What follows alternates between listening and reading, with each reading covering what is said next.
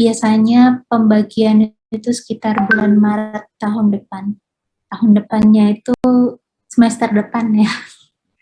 Sekitar bulan Maret, kalau sudah tahu siapa P1 dan P2-nya, lebih baik menemui pembimbing yang sebidang dengan yang kalian paling interest. Misalnya P1-nya Pak Roland, P2-nya Bu Dewi Rahma. Kemudian penelitian kalian berkaitan dengan farmasi klinik. Berarti kalian pertama kali diskusinya dengan Bu Dewi Rahma dulu. Kemudian minta pertimbangan ke Pak Roland gitu. Kalau misalnya dua-duanya, pembimbing satunya Bu Niken, pembimbing duanya Pak Arifudin misalnya. Saya mau uji aktivitas. Nah, dua-duanya dosen bisa pengujian aktivitas bisa mendukung. Jadi silahkan ke P1 terlebih dahulu. Jadi Google Drive kalian, saya harapkan tidak berhenti sampai selesai perkuliahan metodologi penelitian saja, tapi nanti juga bisa muncul di semester depan sebagai bahan yang akan kalian jadikan pintu keluar dari S1 farmasi, pintu keluar lulus ya maksudnya di sini. Ini akan sangat membantu kalau kalian konsen sejak di mata kuliah ini. Oke, sudah cukup banyak yang masuk di chat, nanti akan saya kopas semuanya.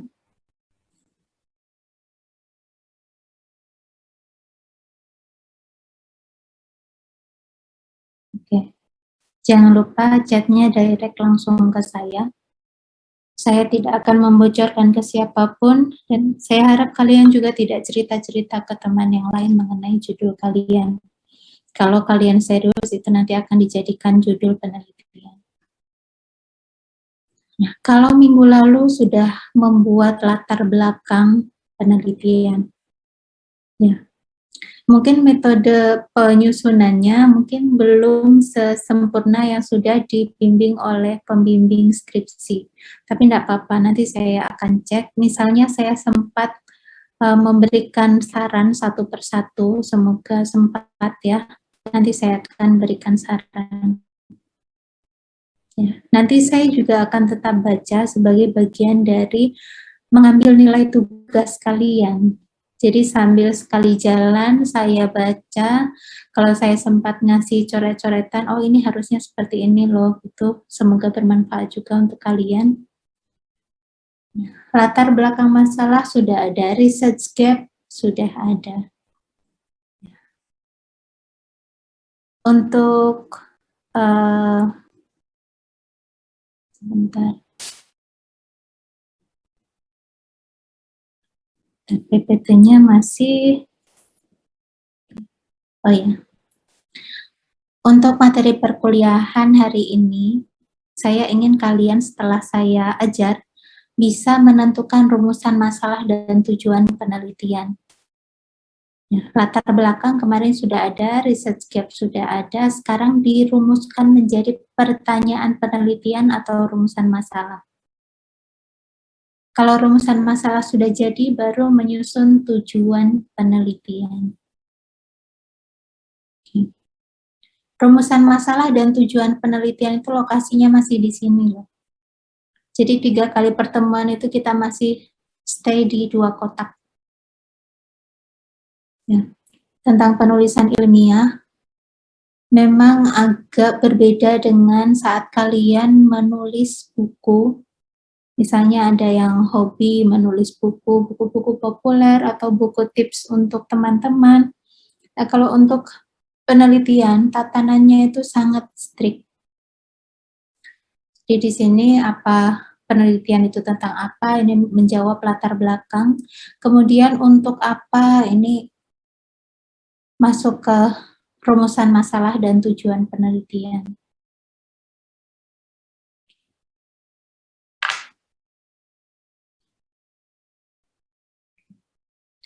Nah, rumusan masalah sendiri apa sih? Kadang-kadang kalau kita lihat versi bahasa Inggrisnya itu research question. Kalau buku-buku mengenai metodologi penelitian yang kalian bisa acu itu belum banyak ya. Kalau suka baca-baca di Gramedia, mencari metodologi penelitian, justru lebih banyak metodologi penelitian untuk penelitian sosial. Tapi kita juga bisa ambil, karena metodologi adalah tatanan bagaimana suatu riset itu dilakukan. Jadi rumusan masalah apa saja yang perlu dilakukan atau diteliti atau diambil datanya supaya research gap atau permasalahan penelitian dapat terjawab dengan benar. Nah, dengan benarnya ini benar-benar harus diperhatikan. Ya, karena penelitian itu harus objektif. Objektif itu peneliti tidak boleh menambahkan hal yang sesuai dengan asumsinya dalam pengambilan keputusan. Ya. Ada dua jenis, yang satu subjektif, yang satu objektif. Kalau subjektif itu, contohnya kalimat yang di bagian depannya adalah menurut saya. Nah, itu adalah asumsi. Asumsi itu subjektif. Subjektif itu maunya peneliti. Kalau objektif, data di lapangan seperti apa? Contohnya tekanan darah pasien. Tekanan darah pasien berapa? 140/100. Itu data yang objektif. Ya, sesuai dengan kondisi sebenarnya. Dan penelitian itu semuanya harus objektif. Kemudian misalnya Bu, uji hedonik untuk sediaan. Uji hedonik untuk sediaan. Saya melihat sendiri produk yang saya bikin, bentuk, rasa, bau, saya suka semua. Ternyata data yang saya bikin, yang respondennya saya sendiri, dicoret sama pembimbing. Saya tidak boleh menilai. Kenapa? Karena kalau saya yang bikin sendiri, kemudian saya yang menilai, ya semua saya tulis bagus lah, karena saya malas ulang lagi. Itu manusiawi. Akhirnya bagaimana uji hedonik itu, panelisnya tidak boleh yang membuat formula, harus orang lain. Kenapa? Kalau orang lain itu menilai itu ya objektif sesuai dengan produk itu dia rasakan, bau, kemudian organoleptiknya dia suka atau tidak suka, itu sesuai dengan apa yang ada di depannya. Itu namanya objektif, sesuai dengan kondisi sesungguhnya. Jadi di sini rumusan masalah itu harus bisa memberikan jawaban dari permasalahan penelitian dengan benar. Kalau dilihat dari skematiknya, yang pertama topik seperti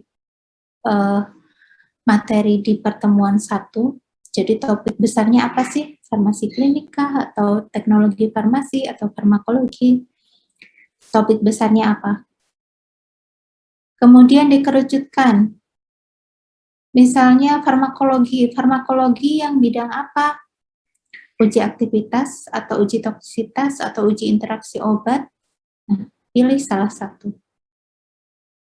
Kemudian semakin dikecilkan juga, lebih spesifik lagi, uji aktivitas obat. Aktivitas obat apa? Misalnya obat herbal yang digunakan untuk diabetes mellitus. Nah, itu sudah lebih mengerucut lagi. Akhirnya, masuk ke pertanyaan penelitian. Ya, riset gap tadi. Setelah itu, di sini ada rumusan masalah, pertanyaan penelitian. Pertanyaan penelitian itu sesuai yang dipertanyakan pada permasalahan penelitian yang spesifik. Jadi sudah jelas. Oh, uji aktivitas, oke, uji aktivitas. Pada apa? Pada hewan coba. Kemudian aktivitas apa yang diamati? Aktivitas anti-diabetes mellitus. Menggunakan apa? Menggunakan obat herbal. Baru kemudian dari potongan-potongan itu dibuatlah pertanyaan. Pertanyaannya pertanyaan yang seperti apa? Pertanyaan yang bisa menjawab permasalahan penelitian. Ya. Nah, kesalahan umum dari mahasiswa yang pertama kali membuat rumusan masalah dan tujuan penelitian adalah kopas punya kakak tingkat. Punya kakak tingkat, rumusan masalahnya ada 3, saya juga ngambil 3. kakak tingkat yang penelitiannya mirip sekali, rumusan masalahnya ada 5, saya juga ngambil 5. Kalimatnya dimiripkan saja, padahal tujuan penelitiannya bisa jadi berbeda. Nah, kalau rumusan masalah itu ada berapa yang harus ditulis? Kalau permasalahan penelitian atau research gap untuk skripsi cukup 1 saja.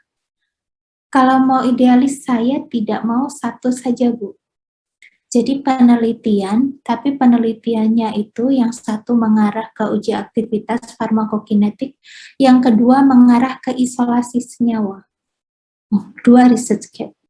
Apa yang terjadi? Penelitiannya tidak cukup waktu 3 bulan. Ya. Jadi perkirakan penelitian kalian itu bisa selesai dalam waktu maksimal 3 bulan masuk lab atau pengambilan data. Jadi permasalahan penelitian 1 saja supaya bisa lebih fokus. Apakah lebih dari 1 itu tidak boleh? Boleh, tapi untuk skala skripsi 1 sudah cukup. Ya, ingat seperti yang saya sampaikan pertama kali, kalau mau bikin skripsi itu jangan sampai menggali lubang kubur sendiri. Ya, itu diingat-ingat. Jadi permasalahan penelitian 1 saja, tapi rumusan masalahnya berbahaya kalau cuma 1. Misalnya pengujian aktivitas antidiabetes dari obat herbal misalnya dari Rosella. Rumusan masalahnya adalah pada dosis berapa Rosella dapat menurunkan kadar glukosa darah pada tikus secara in vivo. Rumusan masalah cuma 1, contohnya seperti itu ya. Kemudian pada saat kalian mengerjakan hasilnya negatif, habislah penelitian kalian. Jadi judulnya bagaimana? Aktivitasnya tidak ada, jadi apa yang mau dibahas? Nah, rata-rata kalau ada mahasiswa yang sudah sampai ke titik itu biasanya pada pengambilan keputusan untuk mencari rumusan masalah atau research gap, itu pustakanya tidak banyak. Jadi dari satu pustaka kemudian langsung diambil, kemudian langsung jadi research gap, itu bahaya karena belum tentu data yang diacu itu valid. Ya. Kalau berpegangan cuma 1 rumusan masalah, kemudian 1 rumusan masalah itu hasilnya tidak sesuai harapan, maka penelitiannya gagal. Ya, jadi perlu ada yang lain. Permasalahan penelitian 1 saja, rumusan masalahnya lebih dari 1. 2 boleh enggak? Boleh. Yang penting yang pertama adalah rumusan masalah yang sekiranya kalian ambil datanya itu kalau bisa sudah pasti dapat. Contohnya apa, Bu? Misalnya yang tadi karakteristik dari obat herbalnya. Jadi karakteristik fisik dan kimia dari herbal Rosella. Tulis sebagai rumusan masalah pertama. Misalnya pun kalian rumusan masalah kedua adalah uji aktivitas, kemudian uji aktivitasnya tidak ada, rumusan masalah pertama datanya itu sudah ada dan tidak bisa dibantah. Contohnya itu ada karakteristik simplisia, karakteristik ekstrak, kemudian sudah ada lagi uji metabolit sekunder untuk jawaban rumusan masalah pertama. Jadi rumusan masalah kedua, oh hasilnya negatif. Tapi rumusan masalah pertama kan sudah mendapatkan informasi.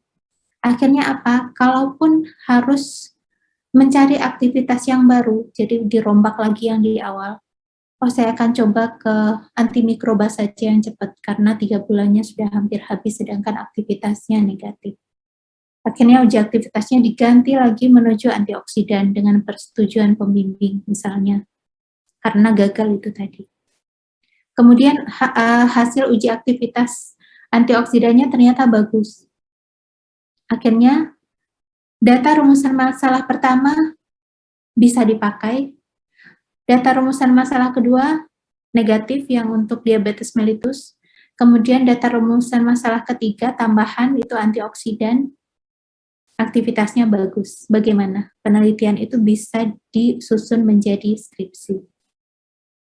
Bu, kalau sudah menjadi proposal, sudah ada aktivitas yang disebutkan di judul terhadap diabetes mellitus. Kemudian, tiba-tiba di perjalanan negatif, kalau diubah menjadi aktivitas antioksidan, semula DM, kemudian jadi antioksidan, apakah harus membuat proposal baru? Nah, itu pertanyaan yang sangat lazim, karena banyak yang seperti itu. Jadi di tengah-tengah perjalanan banyak kendala dan kendalanya tidak bisa diatasi, akhirnya sama pembimbingnya diberikan arahan, oke, diubah arahnya saja. Itu bisa. Tidak perlu membuat proposal baru, yang penting diskusi dengan pembimbing dilakukan terus-menerus. Kemudian nanti bisa jadi ada revisi judul ataupun revisi di bagian latar belakang, kemudian ada tinjauan pustaka, hampir semuanya diubah, tapi nanti sudah dalam naskah skripsi.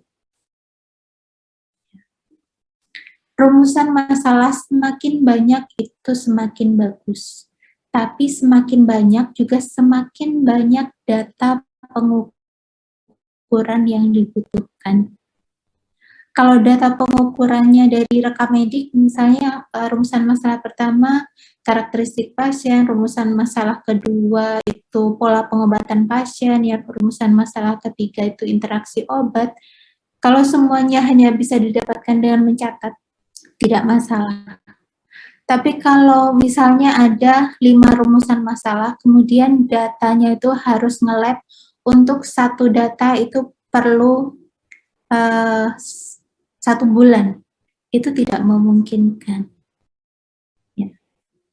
Jadi dihitung berapa parameter yang sanggup dikerjakan, kemudian semakin banyak rumusan masalah, satu rumusan masalah itu akan menghasilkan serangkaian data. Serangkaian data itu akan dianalisis. Hasil analisis data akan disimpulkan.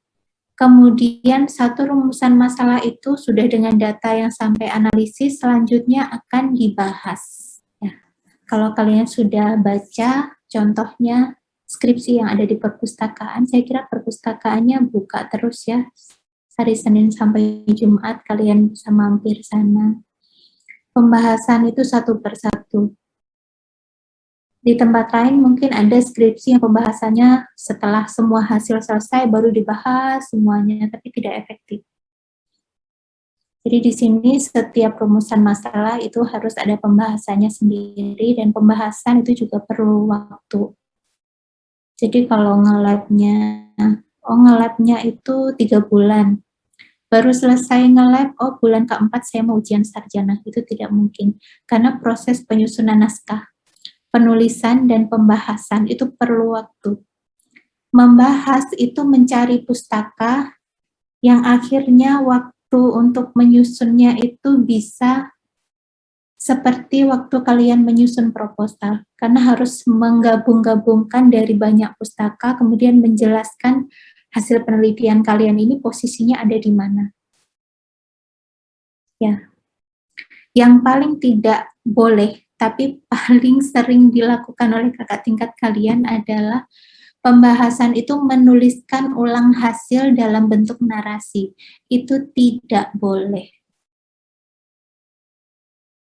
Jadi kalau nanti membahas, apalagi membahas 5 rumusan masalah, setiap rumusan masalah itu sistematika pembahasannya silakan dicatat. Saya tidak bikin PPT untuk ini, untuk pola pembahasan. Pembahasan itu yang pertama, tuliskan secara garis besar hasil penelitian Anda di satu rumusan masalah itu. Ingat, satu rumusan masalah tidak hanya berisi satu data. Ada yang satu data, ada yang banyak data dijadikan satu. Contohnya karakteristik untuk karakteristik fisik untuk si sediaan, itu kan ada daya lekat, daya hancur, apa itu, pokoknya banyak yang di farmaset.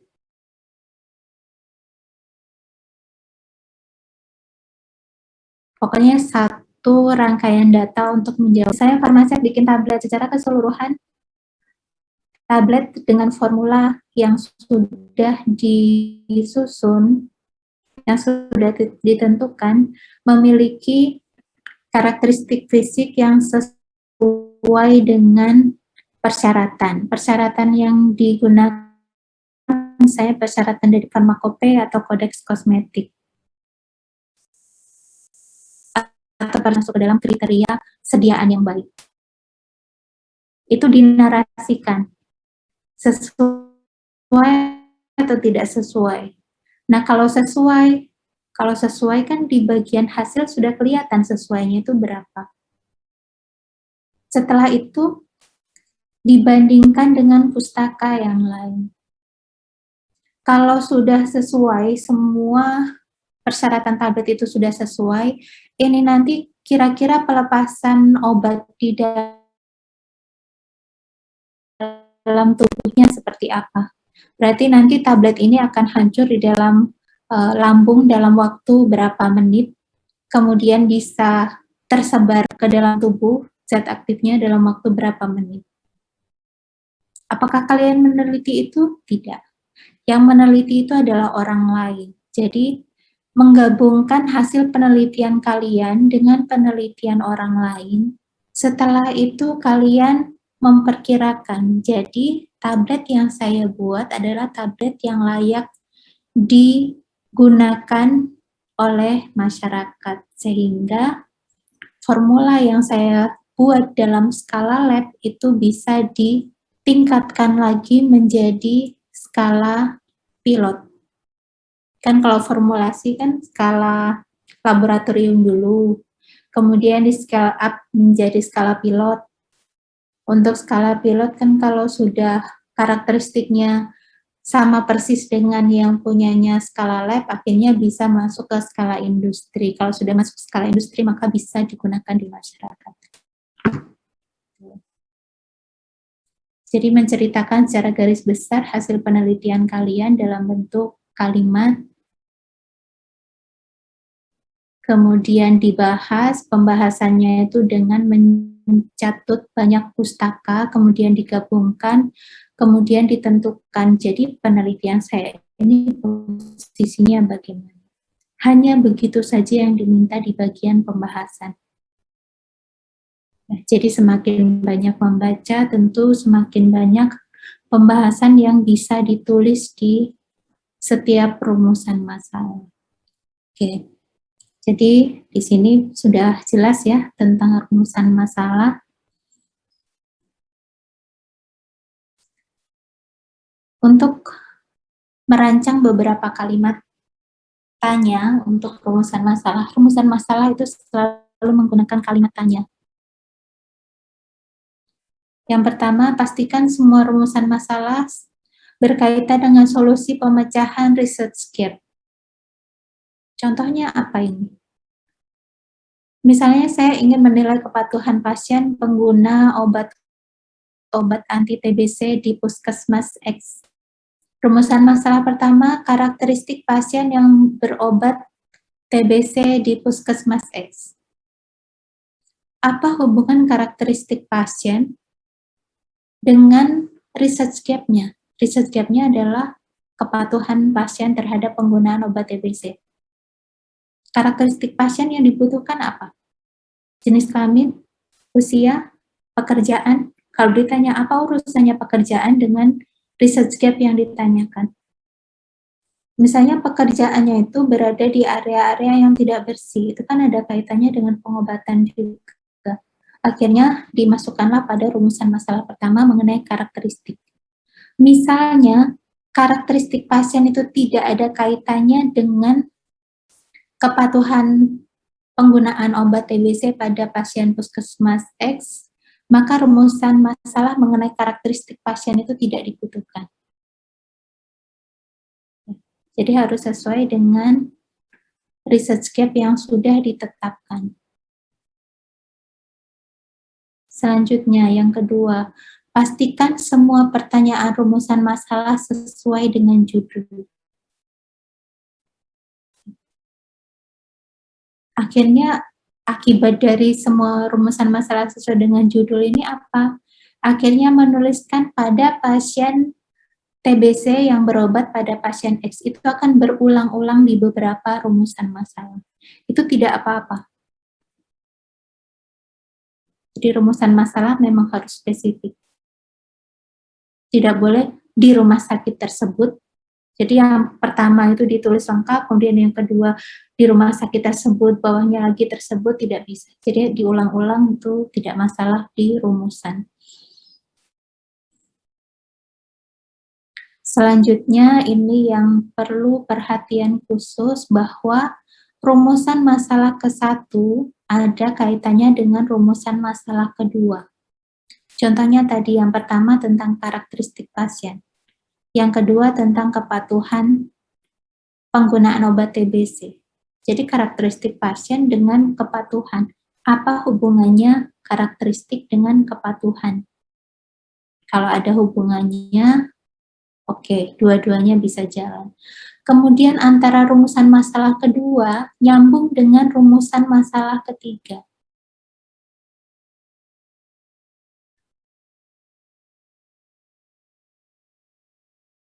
Kalau masih ada rumusan masalah yang lain lagi, bagaimana?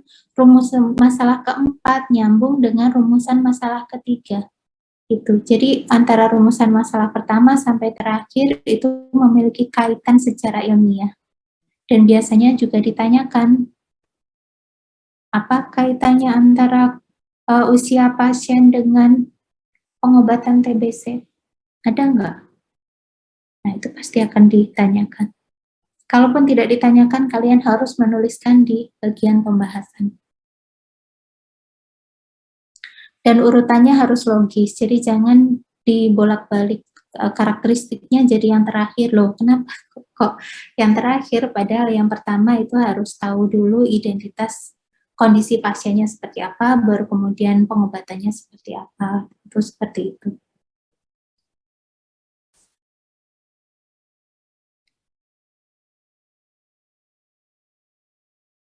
Oke, ini sudah cukup banyak yang mengirimkan ke Google, ke room chat. Ini kalau sudah tidak ada tambahan, saya langsung kopas sekarang. Sudah berapa ya? Saya nggak bisa gitu. Oh, kelihatannya masih kurang. Mahasiswa yang datangnya lambat, silakan masukkan link Google Drive tugasnya ke chat, direct ke saya. Oke, kita lanjutkan mengenai rumusan masalah.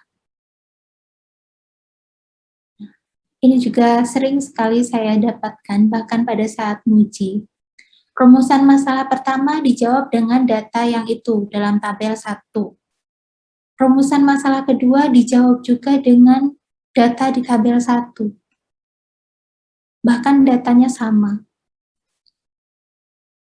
Itu ibarat gini, ini saya buatkan ilustrasi. Jadi di bagian sini ada latar belakang penelitian. Di awal tangga ini adalah latar belakang penelitian.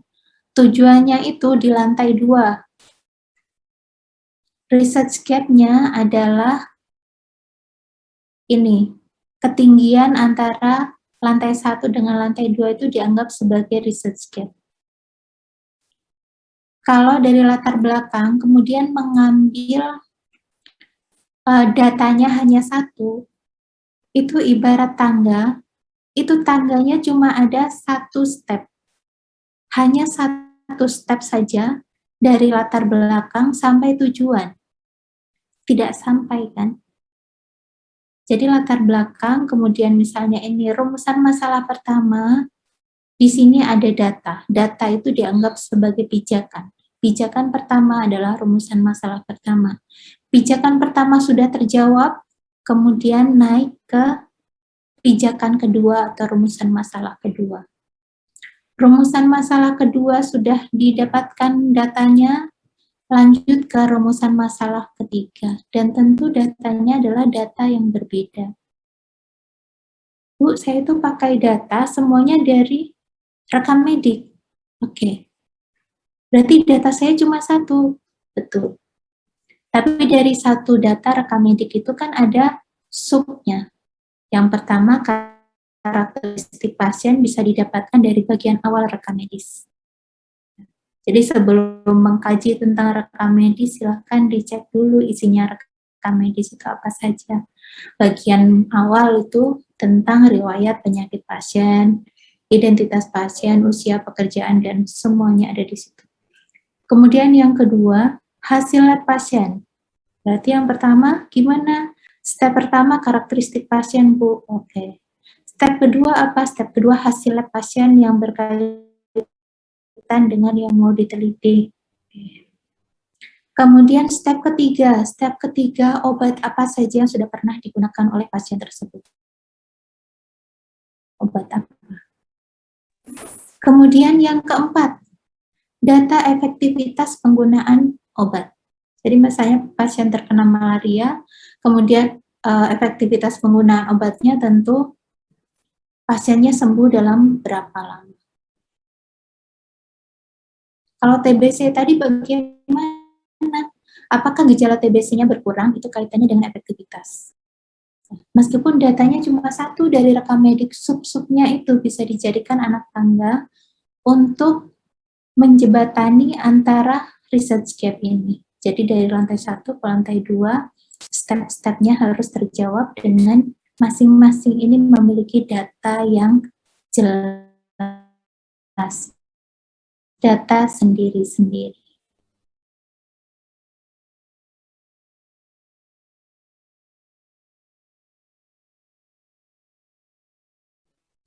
Di sebelah sini, jadi bayangannya mengenai rumusan masalah itu hanya pertanyaan. Nah, jangan dibayangkan hanya seperti itu. Jadi ini, kalau ada yang mau bertanya, silakan.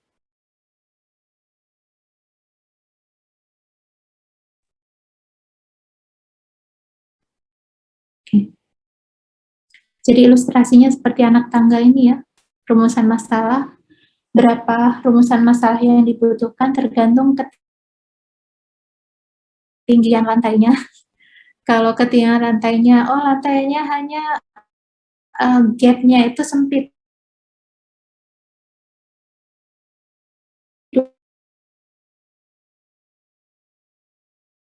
Anak tangga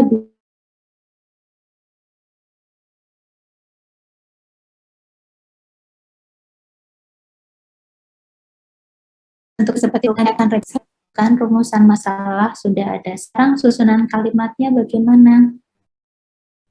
Lihat di sini. Dimulai dengan topik yang umum.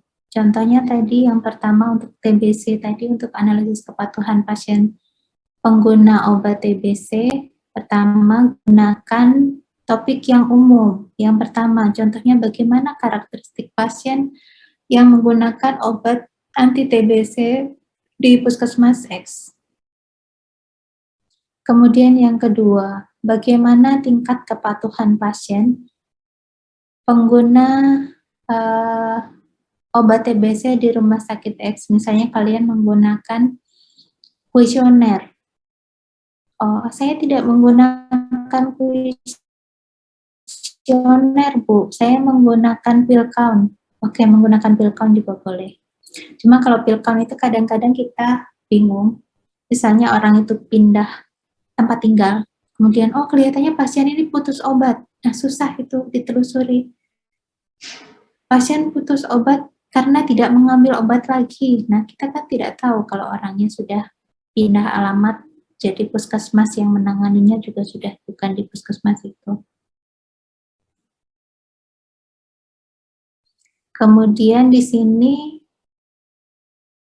ditentukan, jadi riset itu kan pengambilan data. Data yang paling dibutuhkan itu apa saja. Contohnya yang pertama data pill count, kemudian saya ambil lagi yang kedua data dari kuesioner kepatuhan. Kuesioner kepatuhan itu ada yang dari WHO, ada yang dari Kemenkes, dan ada yang dibuat sendiri. Kalau untuk kepatuhan penggunaan antibiotik itu sudah ada yang diadopt dari WHO, ada yang dari Kemenkes. Yang pertama saya pakai pill count, oke. Yang kedua saya ngambil data juga pada pasien secara prospektif, ketemu langsung pasien, saya berikan kuesioner, oke. Berarti sudah ada 2 rumusan masalah, sudah ada 2 data di situ. Yang pertama data pill count, 3. Yang pertama data karakteristik, yang kedua ini data pill count, data ketiga adalah data hasil kuesioner. Oke. Kemudian kalau saya mentabulasikan, jadi membuat tabel yang isinya data pill count, apakah data yang saya tulis ini sudah valid? Nah, ini yang sangat perlu diperhatikan. Pasien mengambil obat untuk 14 hari, kemudian mengambil obat lagi di hari ke-13. Jadi hari ke-14-nya masih ada 1 tablet, kemudian hari ke-13 dia sudah ngambil lagi, oh berarti dia patuh. Kemudian ada lagi pasien sudah 2 bulan mengambil obat, kemudian pada bulan ke-3 harusnya dia ngambil obatnya itu di akhir bulan kedua, tapi kok tidak ngambil. Berarti tidak patuh. Nah, kalian menjudge patuh atau tidak patuh bisa nggak di sini? Ya, valid atau tidak? Ini perlu diperhatikan. Kemudian pembuatan pertanyaan penelitian. Pertanyaannya bagaimana? Apakah saya harus membuat kalimat tanya dengan apa? Jadi kata depannya itu apakah apa? Atau bagaimana? Atau pembuka kalimat tanya yang lain. Apa, bagaimana, apalagi kapan, mana yang harus saya gunakan. Jadi mirip seperti bahasa Indonesia ya, saya harus pakai kalimat apa ini untuk pembukanya. Jadi harus diperhatikan, jangan sampai kelihatan kok jadinya antara yang ditanyakan dengan jawabannya nanti berbeda.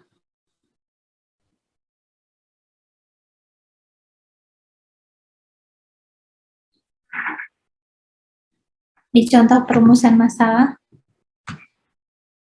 contoh rumusan masalah seperti contoh minggu lalu, ada peredaran krim pemutih wajah yang membuat wajah ibu-ibu di lingkungan tempat tinggal saya bisa putih kinclong sekali dalam waktu 2 hari. Padahal kalau kosmetik tidak mungkin seperti itu. Mungkin sudah pernah diajarkan di mata kuliah kosmetologi. Kalau kosmetik itu kan digunakan untuk memelihara, melindungi, kemudian memperbaiki, tapi tidak menggantikan fungsi obat. Jadi tidak ada fungsi obat di kosmetik. Kalau dalam 2 hari yang semula sawo matang tiba-tiba menjadi putih, ini menjadi pertanyaan. Apakah krimnya aman? Ini bidang penelitiannya apa, Bu? Kalau seperti ini, banyak bidang penelitian yang tergabung di sini. Yang pertama, analisis produk farmasi, karena produknya sudah ada dan beredar di masyarakat. Kemudian kimia farmasi, karena harus ngecek isinya apakah ada logam berat atau cemaran atau bahan kimia obat yang ada di dalam kosmetik. Kan kosmetik tidak boleh ada BKO ya, bukan hanya pada obat tradisional, kosmetik juga tidak boleh. Kemudian masuk juga ke farmasi pengawasan keamanan produk. Ini tugas dari Balai Besar POM kalau di provinsi. Nah, kalau masalahnya atau research gap-nya ini, rumusan masalahnya bagaimana? Yang pertama tentu yang dari secara umum lebih dulu. Apakah krim pemutih wajah yang digunakan ibu-ibu di Kelurahan X adalah produk legal? Cek produk legalnya bagaimana? Lihat di cek BPOM. Semua kosmetik ataupun obat atau produk farmasi lain bisa dimasukkan nomor izin edarnya ke aplikasi miliknya Badan POM itu. Kalau kalian mau download juga bisa ada aplikasinya Cek BPOM. Misalnya dimasukkan, oh produk tidak ditemukan. Apa yang dilakukan? Dipikirkan kembali, jangan sampai menjudge sesuatu yang belum, yang baru dicek sekali kemudian langsung dicek, oh ilegal, kenapa tidak ditemukan? Oke. Kemudian bisa ditanyakan langsung, produk seperti ini bisa ke Balai Besar POM yang ada di Samarinda misalnya, atau bisa lewat online juga. Produknya difoto, kemudian saya lihat ini dicek BPOM kok belum terdaftar, apakah ini legal atau tidak. Ditanyakan seperti itu bisa.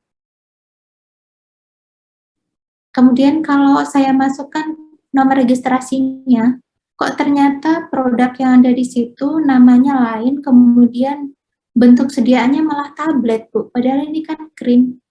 Kalau sudah pasti ada yang seperti itu, maka itu adalah produk ilegal.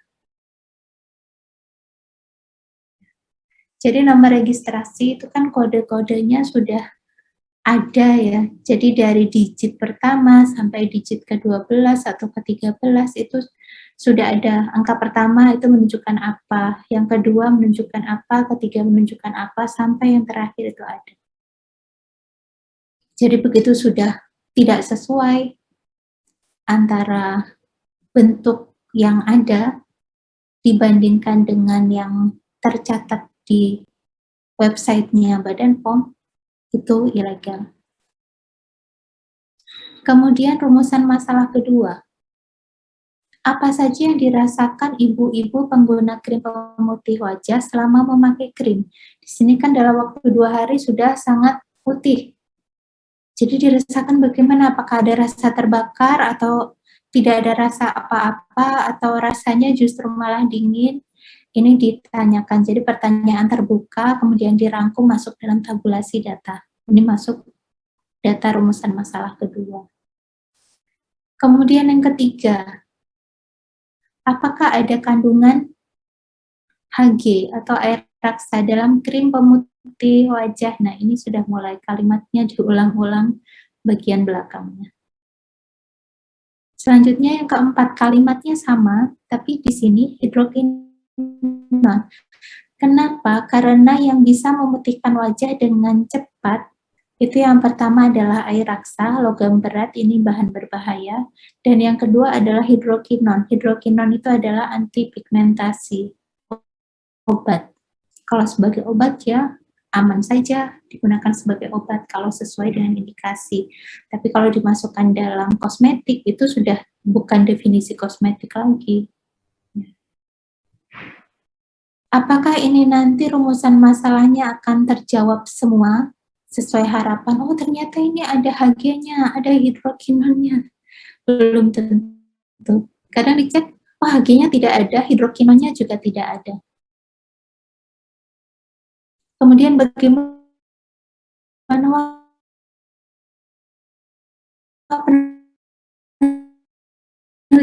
yang saya gagal dong Bu karena tidak ada.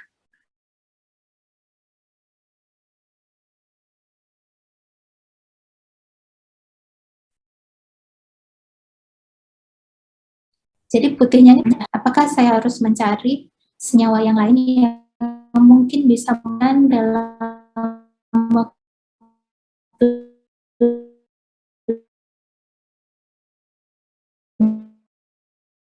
2 hari, cek ada baiknya mencari sesuatu kemudian tidak ketemu, ini pemutihnya apa? Tidak ketemu.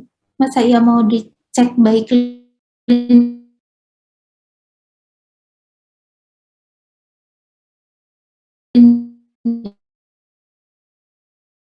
juga, jadi ibu ya, misalnya kan pemutih ada di dalam apakah si senyawa X yang